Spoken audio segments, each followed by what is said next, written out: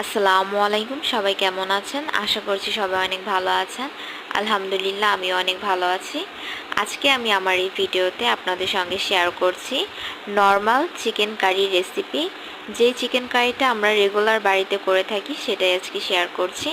তো ফার্স্টেই হচ্ছে আমি কড়াইতে তেল গরম করে পেঁয়াজগুলোকে ভেজে নিব। এখানে আমি পেঁয়াজ কুচি এবং মরিচের ফালি দিয়েছি এবং এটাকে লালচে করে ভেজে নিচ্ছি। আর পেঁয়াজ ভাজার সময় কিন্তু এতে লবণ দেওয়া যাবে না, অনেকেই লবণ দিয়ে ফেলে। লবণ দেওয়ার কারণে পেঁয়াজের পানিটা বের হয়ে আসে এবং বেরেস্তা হতে অনেক সময় লাগে। এরপর হচ্ছে পেঁয়াজটা লালচে হয়ে যাওয়ার পর আমি এখানে সব রকমের মশলা দিয়ে দিয়েছি, যেমন হলুদ গুঁড়ো, লাল মরিচের গুঁড়ো, জিরার গুঁড়ো, আদা বাটা, রসুন বাটা এবং গরম মশলার গুঁড়োটাও আমি দিয়েছি। দেন হচ্ছে মশলাটাকে খুব ভালোভাবে কষিয়ে নিতে হবে, আর যাতে করে মশলাটা পুড়ে না যায় সেই জন্য আমি এখানে একটু পানি দিয়ে দিয়েছিলাম।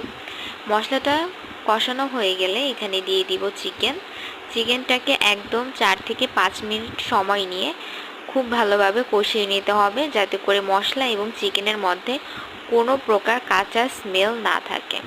যখন এটা খুব ভালোভাবে কষানো হয়ে যাবে দিয়ে দিব পর্যাপ্ত পরিমাণ পানি। এই পানিটা দিয়ে সিদ্ধ করে নিব। যখন ঝোল ফুটে আসবে এবং তেলটা উপরে উঠে আসবে তখন এটাকে একদম নামিয়ে গরম গরম সার্ভ করব রেগুলার চিকেন কারি।